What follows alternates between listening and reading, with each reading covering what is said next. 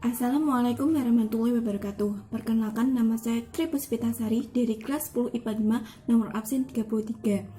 Di video ini saya akan mempresentasikan tentang langkah penelitian sejarah.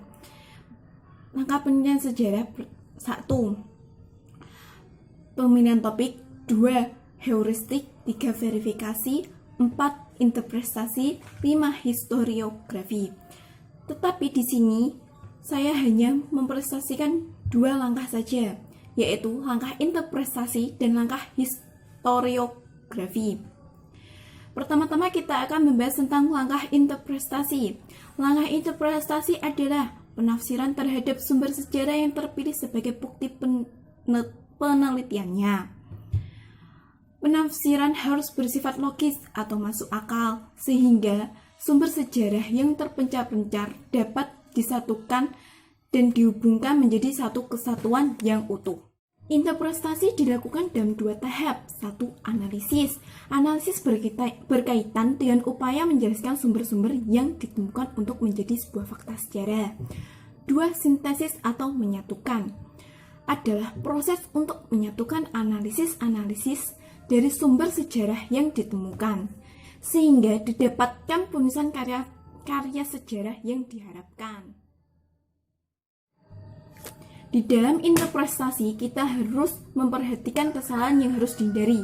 1. Kesalahan pars pro toto. Kesalahan ini terjadi karena anggapan bahwa bukti hanya berlaku untuk keseluruhan. 2. Kesalahan totem property. Terjadi karena anggapan bahwa bukti hanya berlaku untuk sebagian. 3. Kesalahan yang menganggap pendapat umum sebagai fakta. Langkah selanjutnya adalah tahap historiografi. Historiografi adalah proses penyusunan fakta-fakta sejarah dan berbagai sumber yang telah diseleksi dalam sebuah penulisan sejarah. Hal-hal yang harus diperhatikan dalam historiografis. 1. Bersifat Indonesia-sentris. 2. Sesuai dengan perkembangan zaman. 3. Mengingat sejarah merupakan bagian dari pendidikan. 4. Struktur dan gaya penulisan harus diperhatikan. Historiografi yang baik menyajikan 1. Latar belakang, kronologi peristiwa, analisis sebab akibat, urutan mendalam, dan mengenai hasil penelitian, serta kesimpulan dan dampak. Historiografi juga berfungsi untuk menjawab pertanyaan-pertanyaan yang mendalam tentang tujuan berbagai aspek. Biasanya aspek utamanya yaitu kemampuan menulis. Penulisan sejarah mengikuti 3 jalur. 1.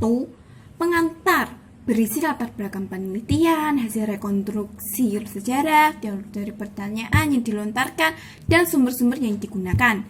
2. Hasil penelitian. Biasanya hasil penelitian adalah media sejarawan untuk memaparkan keahliannya dalam melakukan penelitian. 3. Kesimpulan tentang temuan penelitian sejarah secara umum. Penulisan sejarah terdapat 2 bentuk. 1. Deskriptif, naratif. Lebih banyak bercerita sesuai yang diinformasikan dan hanya mencoba menjawab pertanyaan mengenai di mana peristiwa terjadi. 2. Deskriptif analisis. Ada penulisan yang mencoba menjawab pertanyaan-pertanyaan yang telah dilontarkan atau diajukan. Sekian dari saya. Bila ada kesalahan kata, mohon maaf. Wassalamualaikum warahmatullahi wabarakatuh.